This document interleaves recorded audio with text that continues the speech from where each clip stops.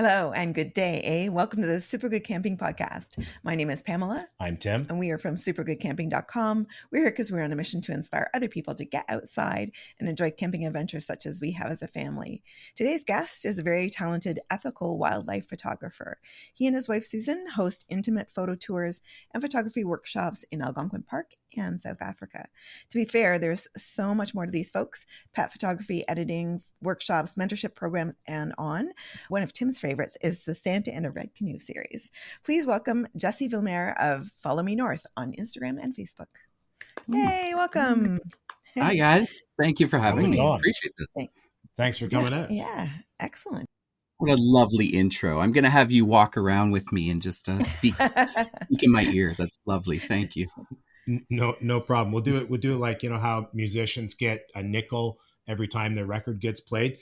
We'll put this on tape for you. You can take it wherever you want. Just pay us that nickel. Okay? Yeah, we'll get our royalties. Cool. So you've been a busy guy. Here we are recording towards the end of March 2025, and we've had some fun trying to juggle schedules and stuff like that. What have you been up to lately? My apologies. That sort of shoulder season. So what have you been getting into?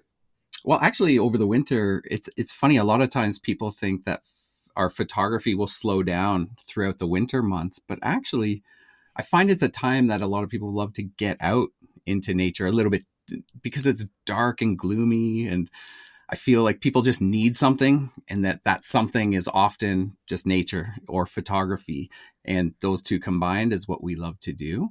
So we were actually quite busy this winter, and then kind of going into the editing season is also winter. So all the photos we take throughout the year tend to get pushed into the winter season, and yeah, we just tend to love, curling up next to the fire and doing a few edits and then getting out into nature as much as we can.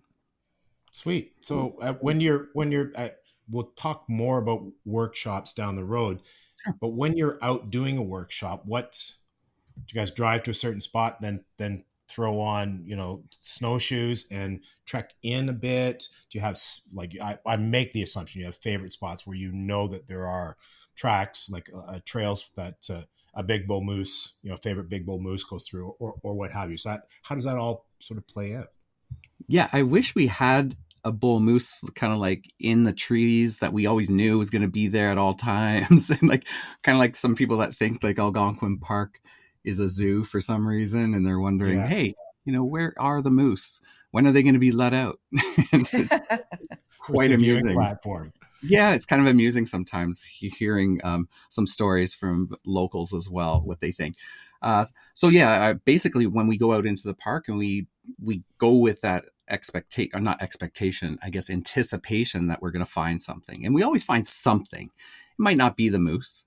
It might not be the core, like I call it the big five of Algonquin, like the bear, moose, loon, beaver, wolf, right? Those are the ones that I find a lot of our clients tend to want to see.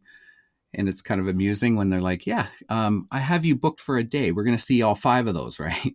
It's like probably not. Sure. Yeah. Sign here. Yes, we'll go to Toronto Zoo and I'll make your dreams happen.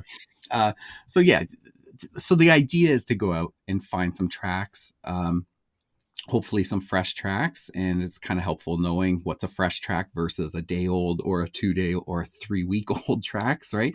And so when we're finding those fresh tracks, sometimes depending on the clientele, on how comfortable they are, we'll strap on some snowshoes. We'll go trek through the bush a little bit. And and hopefully, sometimes we get lucky. And I think part of it is at least teaching them to kind of explore, have that wondrous mind, right? And just kind of, hey, you might not know what's around this next corner. You might not know when you go over this hill what's over there. So getting out into nature is amazing for people because it takes them back to when they were 5 years old and had that wondrous mind. And a lot of people have lost that, unfortunately. So like yourself, our mission is inspiring people to get back into nature, inspiring them to connect with nature through photography, and then trying to inspire people to connect with each other. So that's That's the best thing I can ask for. If they leave somewhat more inspired to get back into nature, then I feel like we've done our job. Even if we haven't found them a moose or any wildlife for that matter, part of ethical wildlife photography is not guaranteeing that we'll find wildlife. And we say that right off the bat, and people are really receptive of that. And I love that.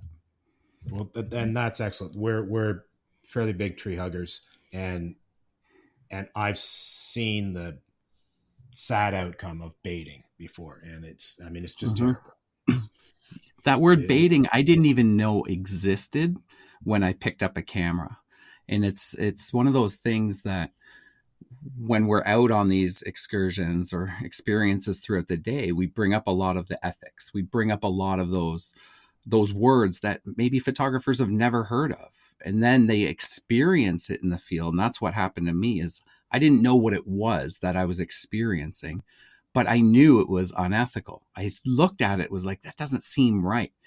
And then when I learned the terms, so baiting, for example, very common word.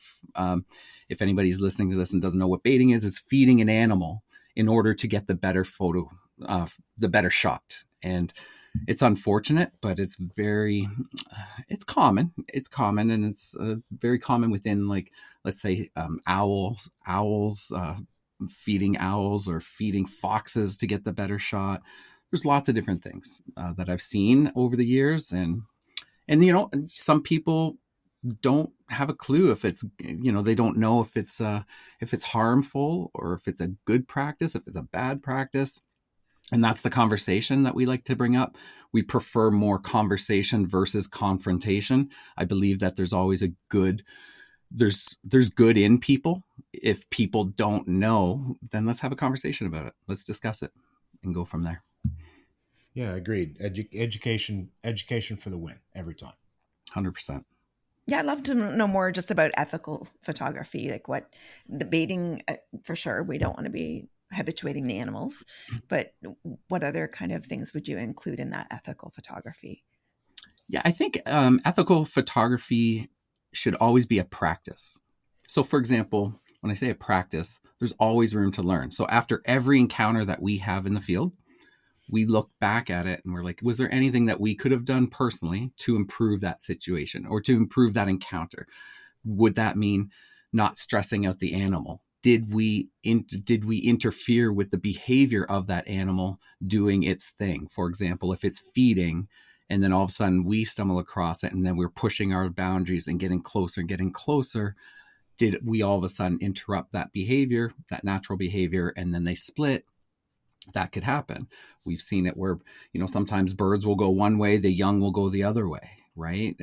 Like ducks, for example, or something when you're canoeing, it can happen as well. So it's one of those things that we kind of really always have that mindset of the animal first, not the photo first. So the wildlife comes first, the photo comes next. Like if we don't get the photo, it's not about getting the photo. It's about learning how to be one with nature and respect it from a distance. And distance is another thing, is keeping that respectful distance. And what is a respectful distance? That's the question that's always asked. It's a tough question to answer, to be honest. You can go to Yellowstone and they might have exact measurements, like 50 yards from black bears or 100 yards from grizzly bears or 100 yards from moose. When you come to Algonquin, I find a lot of the times it's keep a safe distance. Now, if you talk to some people, a safe distance, it's funny though. Here's the funny thing that I've noticed. Us with the longest lenses, the people with the longest lenses are often the ones that are the closest to the animal for photography, which is bad. It's not. That's why we get these lenses, so we could, stand back, get the shot, right? And then we can crop in if we needed to. But I think by leading by example is a big thing, because oftentimes we're around an animal that might have a bunch of people around us as well, especially if it's next to the highway and we're photographing a moose. You want to lead by that example. And you also have to have that courage to speak up if you see something that's obviously dangerous. We've seen parents put their kids closer to the moose in order to get a photo of their kid with the moose. And I remember this one specifically because that was one that I was like, you're pushing it. You're really pushing the boundaries here just to get that shot. And we've had, parents, again, it was a parent gave a kid a hot dog, just a hot dog, to go feed the fox. And literally, like, the whole family sat back and was taking pictures as this kid was walking over to this wild animal to feed a fox. And again, do they know better? I mean, after you talk to them, after you have that little conversation, sometimes they're receptive. Other times they're confrontational. So you kind of have to read the room, and hopefully they will leave maybe confrontational, but then they'll leave with this little thought in their head. Yeah, maybe that wasn't such a good idea. Yeah. Sorry, I'm being sad right now. Yeah. Just that. I mean, I do get it. You're we're in a society that has access to so much information, where in the old days, unless you in the old days, in my youth, unless you're actually out there, right, you never seen a fox, Right. perhaps running through your backyard if you lived out in the boonies, or what have you. But now you see videos of them on YouTube all the time, like no biggie, not a big thing at all. Or the exposures of, we mentioned earlier, Toronto Zoo for the big five. So, yep, we're just going to take you a tour through the zoo. You got to see them all. Woo, yay, we're off. Mm-hmm. Because of that sort of exposure, I'm sure that it sort of diminishes people's even give a thought. I was going to say respect, maybe that plays part into it, but certainly to even give a thought to, like, I don't want to be given it a hot dog. Why? They're a regular occurrence in my life because I see them all the time. Not, you don't actually interact with them. So I'm not terribly surprised that stuff like that happens. It happens more than we think. And I think, and again, people's intentions are sometimes good. It could be feeding them in their own backyard, leaving meat out, or leaving, kibble out for an animal over the winter, and thinking that's going to be a good thing. For an example of something terrible that went wrong, I think it was 2 winters ago. It was on New Year's Day. Susan and I were driving into Algonquin Park, and we came around a corner, and unfortunately we saw an eastern wolf just curled up at the side of the road. And when we pulled over, because it just caught my eye, because it was still kind of dark, and caught my eye, I'm like, what is this at the side of the road? And when we pulled over and we looked, and it lifted its head, it was still alive, but it was obviously hit by a vehicle sometime over the night or in the early morning. And the sad thing is once we determined it was an injured animal, we called Aspen Valley Wildlife Sanctuary, because we're volunteers there and we love to help wildlife as much as we can. We contacted them. They sent somebody over. It was going to take about an hour to get there, so we kind of blocked the shoulder lane in our vehicle and just waited, and just kind of waited patiently with this wild animal. In that time, neighbors across the highway came over and just discussed what was going on. And they said, yeah, this wolf, it's been around quite a bit. And I'm like, oh, interesting. It's rare that I even get to see a wolf. So, Yeah. And they're like, yeah, well, there's a neighbor here that's been feeding this wolf for about a year now. And it was a young wolf. It was only over just a year old. So this wolf had to come across the highway 60, every day, numerous times per day, to get to this person's backyard to get the food, and then cross back in the highway and then go back into Algonquin, for example, right? And it's just unfortunate when I see that what she thought was doing so good, feeding this animal, turned into be probably the most devastating thing obviously it was the most devastating thing for that animal. But I think a lot of times people don't look through what could the outcome be for this, right? Unfortunately, the wolf did not make it. They had to take that hard decision at the sanctuary to humanely euthanize. So yeah, it was a sad moment. I got chills now just thinking about it. It's very sad when I come across, not every moment with wildlife is a positive one. I want it to be, but it's not always a positive one. And numerous times, most times, it's due to human interference of some sort. So it's sad. It's sad. So here we are trying to educate people. I think people come for the photography and they leave with so much more. I think they come wanting to learn settings on their cameras, and then they leave with, oh, I didn't even know about ethics. I didn't even know about this about a moose, or I didn't know about this with a fox. It wasn't more than just things. I didn't even know about connecting with nature or how it feels to be out here in nature. As soon as you're in nature, as soon as you're out there, everything else just stops, doesn't it? There was no politics today when I was in Algonquin. There was nothing. It was silence. It was beautiful. It was chickadees and nuthatches and woodpeckers and, just everybody, like the sounds of nature just eliminate all of our stresses, right? And I think that's what they come away with. And I think that's the most inspiring thing for me, is to inspire those people to connect with nature and each other through photography. And imagine if that's our mission statement, actually, is just that. So That's awesome. One, I guess a lot of people too, if they're not photographers, don't realize that when they see that picture of you and the fox or the wolf, is that you're not 6 feet away from that animal at the time you're taking that picture. They looks like that from their perspective. It's a lens that's that long. It looks like that from their perspective, just because it looks like that's where you are. But people, I guess, need to understand that you're not going to approach an animal like that closely. It is a valid point. And I think, I struggle with this because as a photographer, I'm posting all of this online. Every day we're posting a new photo and it looks like we're really close to this animal. Or I'm posting tons of pretty photos of Algonquin Park. And we've seen the numbers of visitors coming to Algonquin Park and then not respecting the land as well. And I mean, am I part of that problem? Possibly. Are we all part of that problem? Talking about what we love to do and sharing it with others, and then inspiring them to come out into nature, and then they get out into nature and then we hate them for coming out into nature. Right? So what our angle is trying to educate as much as possible in an ethical way, when we're doing our photography tours or when we're posting online, trying to give some ethics in behind it as well. And sometimes, a lot of photographers, including myself, and I don't do it as much as I probably should, but like stating in the caption is like, this was taken from a respectful distance with a long telephoto lens.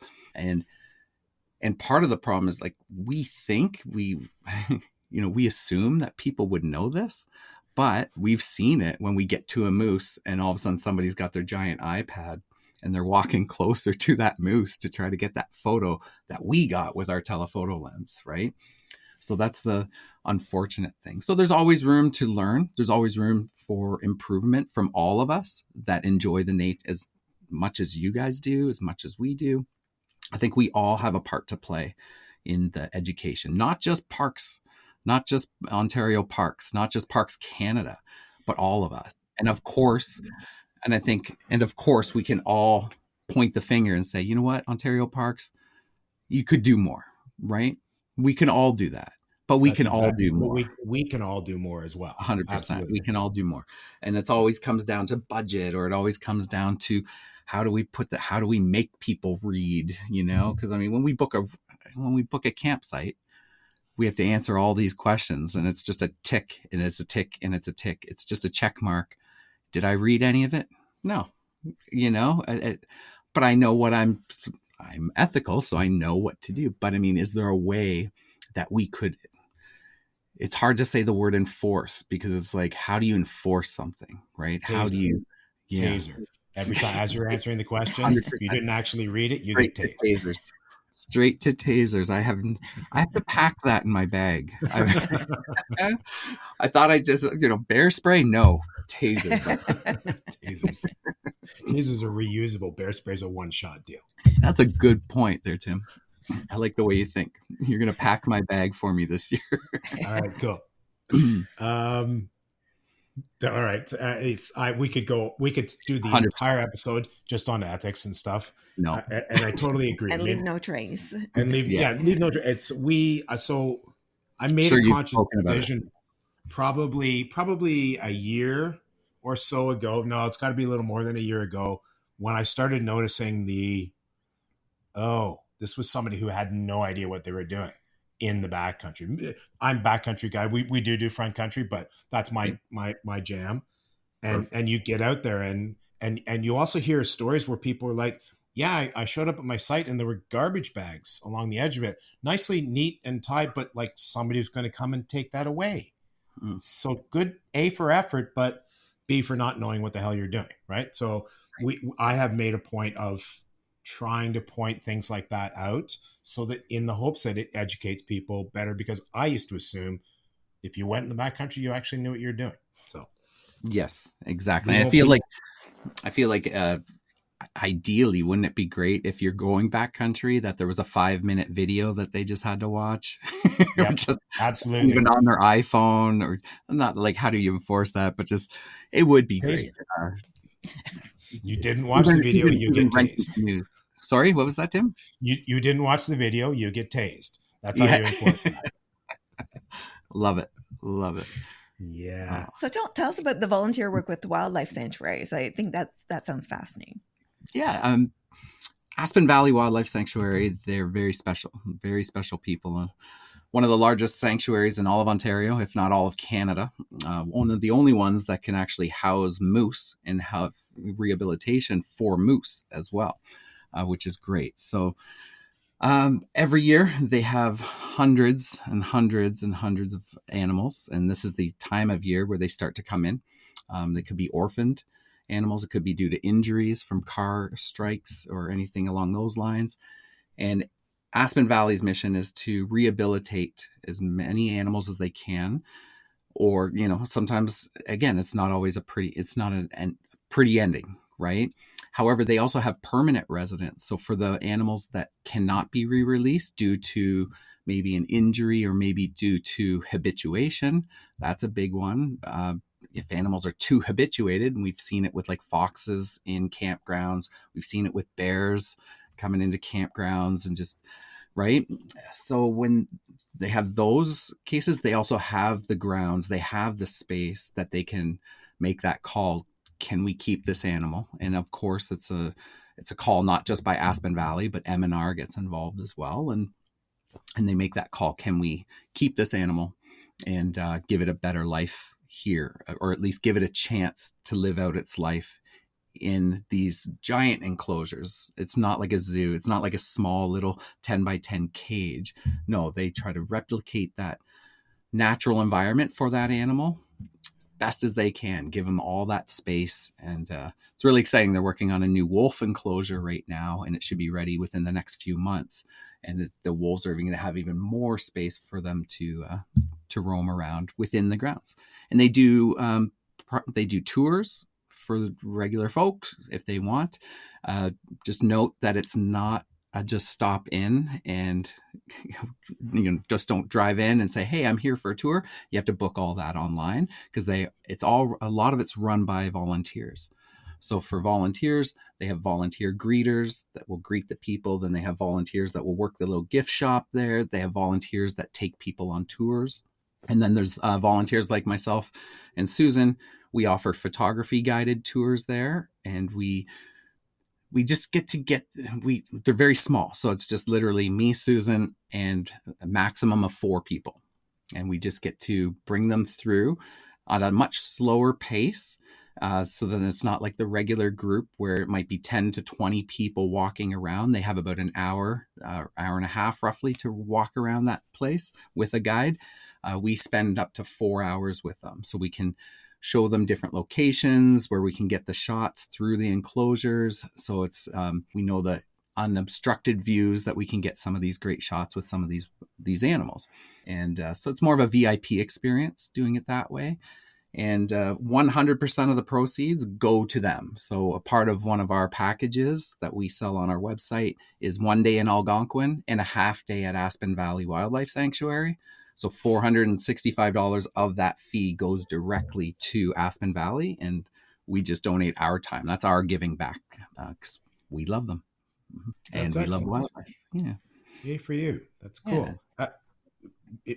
Gear. So folks, when they're doing a tour with you or a workshop with you, they bring their own gear with. Do you know what they're coming with? Do they just show up with whatever and then you figure out how to make it work? How does that play out?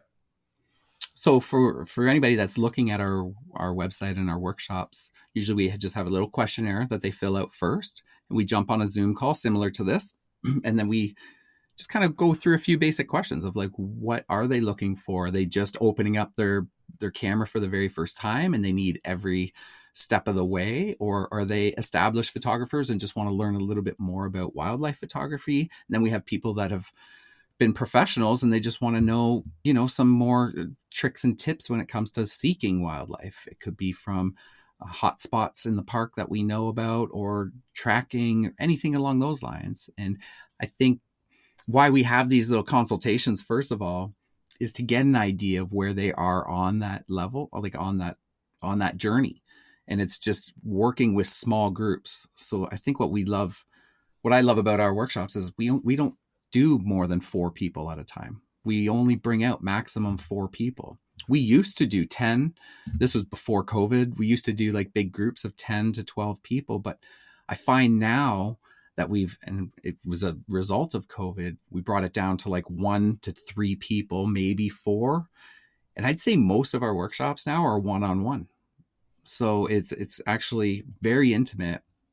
We can actually look over your shoulder. You can look over our shoulder. We go through the settings together. We can look at the scenes together. We can discuss composition.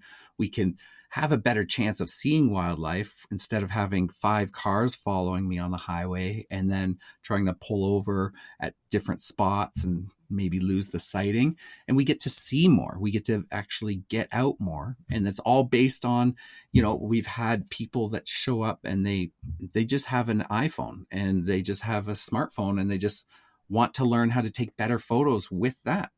And it's amazing because I think photography isn't about the gear. I think it's about how to see. It's literally, there's a technical side, yes, but there's also the creative side, and that's very left side, right side brain. And what's great about photography is it challenges on both of them, right?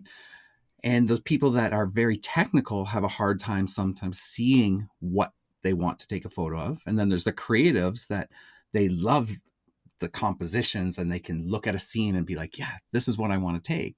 And then what happens is they can't get the technical part down. Yeah, right? They don't know what f-stop to use or whatever. Yeah. Right? What's an f-stop? What's an aperture? What's a shutter speed? What's an ISO? Like all of these words, it's a different language, and rightfully so. And it's stressful. And then you talk to people, they're like, the best is like, we get this all the time. We post a photo and then somebody's like, oh, what camera do you have? And it's like, okay, I could tell you the camera. I could tell you the lens. You can go buy it. But it's the same as like asking a chef, what kind of stove did you cook that meal on? It's not, you don't buy the stove and you get the meal, right? There's a lot that goes into it. So I find there's that whole misconception at first, and then they start to realize, okay, there's a lot more to photography than just picking up a camera and clicking, and there's a whole bunch to it. So a good example is somebody hired us a couple years ago, and she had about $20,000 worth of camera equipment, 20 grand. She told me right off the bat, she's like, I got this much. I know everything that there is to know about my camera. I know all the settings. I know all the menus. If you tell me anything, I'll know exactly where everything is. I have all these different lenses. And she's like, you know what though? Still to this day, I cannot take a photo of the scene that I want. I can't represent the scene in my photo. She's like, I don't know how to take that. Can you help me? And I said, absolutely. Let's do this. And I think what she was finding is she thought every time that I go out and I can't get the shot, she thought, it's a piece of gear. It's a lens that I don't have. It's a filter that I don't have. It's a tripod that I don't have. It's the newest thing that I don't have. And I think what people have to realize, or what they do end up realizing, is you can work wonders with even just your smartphone if you unlock that certain part of creativity in your brain. So now seeing her shots now over the next, and I'm not going to take all that credit and say, hey, yeah, I did this all in one day. No, but she's just excelled so much more building on that creative side over those last couple years. It's amazing. I love it. It's inspiring. That's excellent. That's excellent. Well, and you mentioned smartphones. I'm usually after the fact, you're like, oh, that's man, you take some really cool shots. What are you using? My whatever. And like, I know that they, we all have phones. So, Yeah. that since I had a flip phone, the cameras have gotten so much better. Right. What's a flip But phone? still, like, I just like, holy crap, man. Yeah, it's The incredible. whatever, pixelization, but the color saturations and the hues that you can get out of it, it's mind boggling. I think the best thing with smartphones is just this big display on it. It's visual. It's huge. It's almost like looking at a 4x6 photo, right? You look at it and you're like, oh, I see the scene. It's funny. You could stand there on a beach or somewhere and just look out and say, I don't know what to take. And then you lift your phone, and you're looking at it through this screen that's huge. And then you're like, that's the shot, because now we visualize it in this little rectangle. We're like, that's the shot right there. So we use it as a tool all the time. We'll get out to scenes and we'll just actually hold our phone up as a visual and just kind of like look around the scene, get low, get high, get closer to the subject, get further from the subject meaning landscape photography here, not closer to the subject as in Right. moose. Right. So yeah, we use it as a tool, and it's just like anything. Use these things as a tool in your toolbox. That's the best bet. Cool. How did you get into photography? How long have you been doing it? But what tripped you into it? I'd say going back into early 2000s. I actually lived in Cambridge prior to living up here. I currently live in Muskoka in Baysville, which is in between Dorset and Bracebridge kind of area. So Lake of Bays area now. Yep. So I lived in Cambridge, and I actually owned a tattoo studio way back in the day. Hence the many tattoos. I never personally tattooed. I was a body piercer for all those years. I owned it for like 18 years. And in that studio, we operated it as a very high-end studio. So it was not like your typical back alley, scary place. Like we were popular with the moms, because it was always the moms that were like worried, right? So we were popular there. And then what happened was we needed to show off the art. So we needed to take better photos. So we would set up lighting in our one room. We had this little studio corner, I would call it. And I decided to take a course in photography through the local college in Kitchener. And as I did that, I bought a DSLR camera, and I was like, this is it. This is going to be perfect. I can nail all these shots now, get the lighting right and everything. But what was funny about that, I took the course, and it was over a course of 2 years. And then that's when iPhones came out. And when iPhones came out, like all those years later, I was like, why am I carrying this big, heavy camera around? I could just use this iPhone. So literally for probably a good year or two after my photography course, I kind of put my camera away, and I was like, I'm just going to use this. And I contribute that so much to the way I see now, because I just had, like I said, I had that screen. So I was really nailing or working on the compositions, because I feel like the compositions are so much more important to like tell the story of what you're trying to convey to the audience or to the viewer. So I just took my phone everywhere, and I was taking photos like crazy. And what was funny about that is then I drove up to Algonquin Park to come hike, and I came across my first two moose actually in the field, and I had my iPhone. And I zoomed in with my iPhone. This is back in 2009. So you can imagine how quality the cameras were on our iPhones back then. They were great for like landscape, like downtown, right? Or architecture, whatever. But I zoomed in, and my moose, they were so pixelated. They were so bad. The photo was terrible. And it was my first moose experience. And I'm like, no, I can't believe this. So then I dusted off my old camera again. And I used to drive literally from Cambridge to Algonquin, hike all day, and then drive home at the end of the day. And it was 3 hours up here in the morning, and then 3 hours back in the evening. And I would do it almost every weekend, as much as I had the time off. That was my escape from my business. I needed to reset in nature. So as much as I could. Then fast forward a few more years, 2013, I was driving down this one road here, and I noticed this little cottage for sale. And back then, like I was like, okay, well, let me look into the pricing. And back then, pricing was affordable in 2013, a little bit more affordable, and surprised that this cottage was on the market for a year and a half. So I put in a really low bid offer, and they accepted it. And I was like, oh my god, I have a cottage up there now. Now what? This unlocks everything. So it's funny because I'm about 40 minutes from the entrance to the park now. Yep. And before I was 3 hours. And I used to complain that it's 3 hours to get to the park. This is ridiculous. Now it's 40 minutes and I'm still complaining that it's 40 minutes to get to the park. It's ridiculous. So never happy, never happy. So fast forward all these years, unfortunately, there was a divorce in that nature, and I sold my business to my partner at the time. And I said, you know what, my next chapter is going to be up north, where my heart is, and that's where that all happened. And I was lucky enough that I came across Susan, this beautiful woman that had a camera, that had a Canon camera, and I had a Canon camera. So it was like, oh, that was a match made in heaven. But surprisingly, we met on Instagram under the hashtag Algonquin Park. So as a business, because I started Follow Me North prior to Susan, and I was always looking up Algonquin Park hashtags, and I was just looking at other people's photos and liking other people's. It's part of the marketing, part of like getting in there and seeing. And I just remember coming across her in Algonquin Park with her and her girlfriends, and I'm like, you know what? I'm going to reach out to her. I'm just going to reach out. What's the worst that can happen, you know? And so I think my cheesy line, if she was right here, she would tell me, the cheesy line was something along the lines, hey, I see you have a camera there. Maybe we can meet in Algonquin. I can show you where the moose are. How about you give me a shout? And she ignored me. She ignored me for a good year. Good girl. She ignored me for a good month.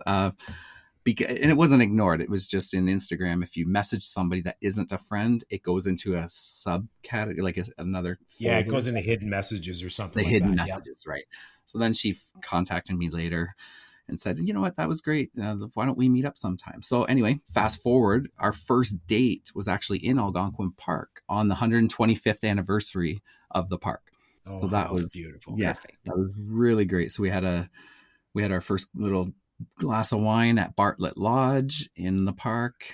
Beautiful resort. And then from there, we got engaged in Algonquin Park a few years later. And then 2 years ago now, we got married in Algonquin Park on the island of Lake of Two Rivers, because that was a special place for us as well. So the park holds a lot of special feelings for us for numerous reasons, but it really shows that connection, really has that connection for us, and that reset that I think we all need in life. And it's not just Algonquin, just nature in general.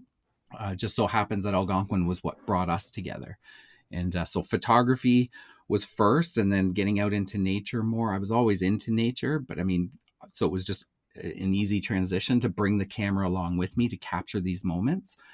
And then it was getting other people out into nature with their cameras as well. And as someone that loves to teach, I've taught my previous life. I used to teach health and safety. I still teach health and safety for the tattoo and piercing industry, because there's not much out there that's teaching that. So I'm trying to make dull subjects such as hepatitis and infection control and bloodborne pathogens and cross-contamination. I have to make all that sound fun. So I'm used to doing that. So this was fun, doing photography, and then actually exploring outdoors and getting people to understand a little bit more about not just photography, but about themselves, and getting themselves excited to be outdoors again. Was such a passion. I just kind of went with it. And I believe truly, if you find your passion in life, the business side will follow, or the money will follow. Like, don't chase the money, chase the passion, and then the rest will kind of unfold itself. And I went with it. I just went with my gut, and I chose that new path. And here I am today, all these years later, with a beautiful wife and running this business together. It's been really great. And doing stuff you love. That's awesome, man. Exactly. Yeah. Kudos to you. Little bit of a sideways, just because it's been sitting in the back of my brain. how did South Africa pop into the picture? How did that play? How did you go start taking pictures there? So South Africa was definitely a highlight on our life, and like in our, I guess, our path, our journey through photography. I think everybody's bucket list is to get to South Africa at some point. It seems to be like on a lot of people's bucket list, especially if you're a photographer. Wildlife, you can never guarantee until you go to South Africa or Africa in general. There's lots of different places, lots of different countries you can witness some amazing wildlife. And it was during COVID, I believe, we had this tour company reach out to us on the West Coast. It was two women that run this company called Finisterre Travel. Great people. They reached out to us and they said, we run these tours and we're getting more and more people that are interested in photography tours, but we don't have any photographers. And your name was given to us from a local here in Muskoka that it was funny because one of the owners of that company, the travel company, was dating the son of this gentleman in town. And he was like, oh, I know this couple that do photography. You should reach out to them. So here he is, one of our neighbors, reaching out to this company saying, you should reach out to us. So they're on the West Coast. We're here in Ontario. We had a Zoom call like this, and it was just literally, it just felt like an easy connection, just very simple. And so we kind of like just chatted and said, like, what do you think your clients would expect, or what would they want? And they were like, what do you want? What would you think that your clients would like to do? And I said, well, I think 100% South Africa would be like high up there on that bucket list. And I also said grizzly bears, so West Coast. And when Susan and I talked about it with Finisterre Travel, we said, let's make those kind of like our two core offerings, was kind of like West Coast for the grizzly bears. And we ran that workshop for about 4 years. And this is our fourth year running, I think fourth year now running the South Africa trip. And it's been such a great success. We only bring 10 people per year. That's it. So again, very intimate. So the one lodge that we book out the whole lodge. So it's just us, and they cater to us. And we have 2 Jeeps, we have 2 guides. So we split up the group into 5 and 5. And so Susan's in one Jeep, I'm in the other Jeep. And then we split up and we go looking for wildlife, all like 3 hours in the morning, 3 hours in the evening. And then they cater to us all day. We're spoiled. Let's put it that way. It's literally terrible. It's very sad. Yeah. Like I highly don't recommend it whatsoever. But you know what? It's such a magical place. It changes you. Like, I mean, I heard people say that, like, it changes you if you go to Africa. Like, just the people, the not just the people, like everybody's worried about like crime and such. Yes, of course, there's places not to go in anywhere. It's just like Toronto. There's certain places you're probably not going to go. It's the same within other countries as well. Never experienced anything remotely scary. Even the wildlife wasn't even scary. Like, we got one time surrounded by 21 lions in our Jeep, and there's no roof on this Jeep. It's just like open. Like, these lions could jump in. But when we saw one lion come out of the bush, and then 2 lions, and then 3, and then all of a sudden it was like a pride of lions and young ones, and the females, the males with the big manes, and they came around and they just kind of all hovered around our Jeep, and then they laid down, and the young ones were playing and rolling around, and it was such a moment, like, that you can't describe it unless you're there. Literally, like, we've all seen lions online. We've seen the Disney specials, but when you're there and you smell it and you hear it and you feel it and you have that wind and the silence and the different birds, and oh my goodness, I can go on forever. You're signing up right now, I can see. Yeah, that's so mutual of Omaha, man. Right. Oh, it's just an incredible experience. So we're so grateful to Nicola and Carrie that gave us that opportunity to unlock our workshops that we do on a grande, like a grand scale, right? And then offer them something different. And so, yeah, we have every year, just unlock it for 10 people and see if they want to come. So this year sold out pretty quick, and we're leaving in, I think, 20 days or so. So we're gone for a month. So we don't take them for a whole month. It's about a 15-day, 14-day experience. But this year, Susan and I are going to spend an extra week exploring different areas of South Africa, and potentially offer something different for the following year. So that's kind of like our plan, and we can't wait. Counting down those days. I'm done with shoveling. Awesome. I'm done. Yes, yes. Yeah. I hear you there. It's going to be a magical trip. Yeah, I'm in awe, man. That's very cool. Sounds like a really crappy life, dude. I'm just saying, I'm telling you. Yeah. I wake up every day miserable and just come home crying your beer every night. night. You caught me on a good day. Like, I don't know if you know, it sounds really, really bad. No, it's just very rewarding. Obviously, not for just the travel, but the connections that we've made with people throughout the years. And I feel like I feel selfish sometimes because I need that connection. I feel like I'm doing it for me. Like I didn't realize it when I moved from Cambridge to up north, up here. I was missing something and I didn't know what it was. And I went through this kind of like lull. I went through this, I don't want to use the word depression, but it was something different that I wasn't experienced with. It was a different emotion. It was different. It could be the start of depression, but it was like something's not right with me. And it took a while to figure out what that was. Because in Cambridge, where I lived my whole life, if I walked out the door, somebody was honking their horn, waving at me and saying, "Hey, Jesse, nice to see you." Everybody knew me. Everybody, like, and then throughout the day at my job, I was making people feel happy every half hour when I was doing an appointment. You get your little nose piercing with a diamond in it, and then they look in the mirror and they're like, "Oh, let me hug you." And it was like these little dopamine hits, and it was like, "Oh, this is so good." And then I'm like, "All right, I'm leaving Cambridge. See you guys later." And I remember I came up here and I'm like, "Oh, this is what I need. Just peace, quiet, nature." And then I was like, but there's something missing. And I didn't know what the heck it was. And it took me quite some time, like I said, to figure that out. I used to drive, it's a half hour to get to Tim Hortons from here.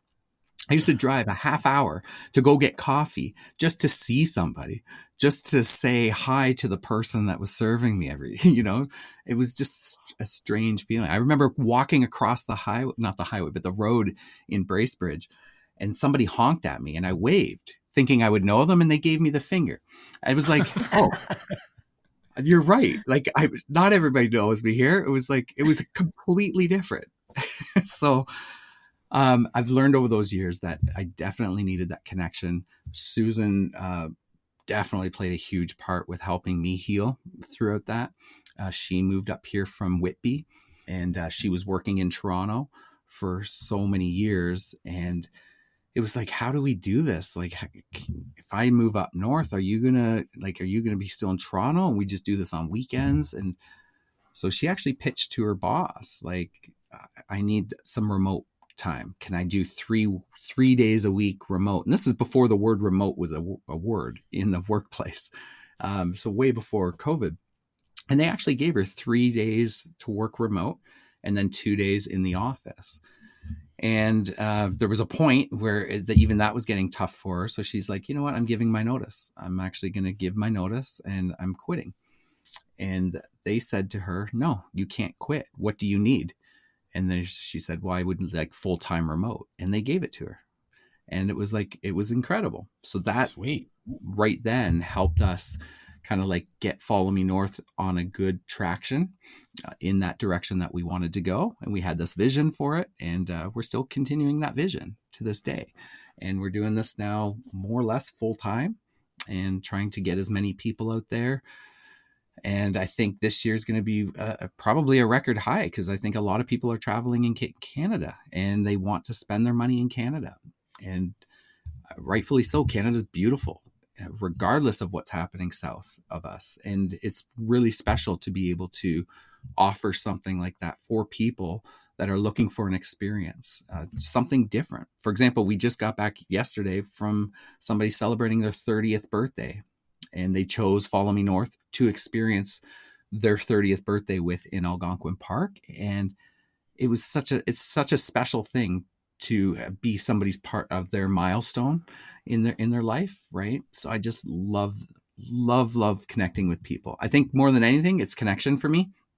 Photography is a byproduct of the connection, right? And I absolutely love it. So tell me, one of my, probably what actually, I think I'd heard your name before, but then I saw you've got a series of Santa in a red canoe, and it's usually like it's a snowy background. It looks like one of those where they do the colorized thing and then turn everything else black and white, right? Like it's just pops right out, and it's cool. It's fun. Explain that. What is that? Yeah, so we did a series called Santa in a Canoe, simply as it sounds, and it was such a special series. And I think we did this back in 2018 or 2019. But a little backstory on that, where that came from, where that whole Santa and doing something in nature or doing something actually came from my father many, many years ago. He used to dress up as Santa on Christmas Day and get on his motorcycle in Cambridge and drive around and stop at Tim Hortons and give out candy canes to people, or give out little gift cards to people here and there, stop into banks, whatever. If it was that whole week leading up to Christmas, he would dress up as Santa and go out and do this. And he was just making people smile. And I was like, what a guy. Like, this is incredible. I love my dad. It was such an amazing thing that he could do. And it stuck with me. And it's funny, all those years later, I got a motorcycle and I continued that tradition. So in Cambridge for many, many years, we would run that as an event through our studio at the time. And we would raise awareness and just going out on my bike as Santa and collecting toys for, kids through, for Christmas, right? People that couldn't afford Christmas gifts or whatever the case, when we would donate toys and food to the local food bank. And it was just such a rewarding thing that we just grew and grew over the years. And then there was more Santas on motorcycles joining me, and friends that were dressed up as Santas. And of course, there was some years that it was too snowy that we couldn't do it. But in Southern Ontario, it's almost pushing into January before we're getting a good snow. So there was many years that we did it over and over again. And nothing beat the look on people's faces when you pull up on your Harley next to them and you're dressed as Santa, and they're like, do the double take and you give them a little thumbs up, and then you take off. So very special. It was very special. I thank my dad dearly for that. And so that instilled deeply into me. So when we moved up here, I still had my Santa suit, and I was like, what can I do? Now, it wasn't like a charity thing by any means. It wasn't like something like, what can we do? It was just literally like, I love this idea of keeping this kind of tradition alive. Like, I want to just do some more photos and let's see what we can do with this. And so I dressed up as Santa. It is the real Santa. I hired Santa and got in my red canoe, got the red canoe, put it in and put it into the river. And this was during the first snowfall. So it was like that fresh, sticky snow that's like stuck to the trees. So it was probably in November, I think it was, up here. And yeah, we just did this shoot, and Susan photographed it from shore as I paddled around and just took a few fun photos. And we decided to, post it online, and it kind of went viral. It was one of our biggest shared photo sets that we've ever done. Since then, we've put it in calendars, we've put it on greeting cards, we've donated it to so many different organizations that are looking for donations to help other causes as well. So we're using that series a lot to kind of like, it's an intro to get to help other people do something for themselves as well. So I just love that series so much, and it's just continued every year. We sometimes try to go out and do another set, but nothing beats that first set that we did. And that's the one that you probably saw, because that's the one that went kind of crazy. Yeah, it was definitely a handful of years back. So yeah. And then this year it just went even crazier online. So it was a really good set, really fun. It's again great. It connects people with nature. It connects people with that whimsical of Christmas and the beauty of, camping and canoeing. So there's all this relation to it. And then last year, I think we did a series with the Grinch.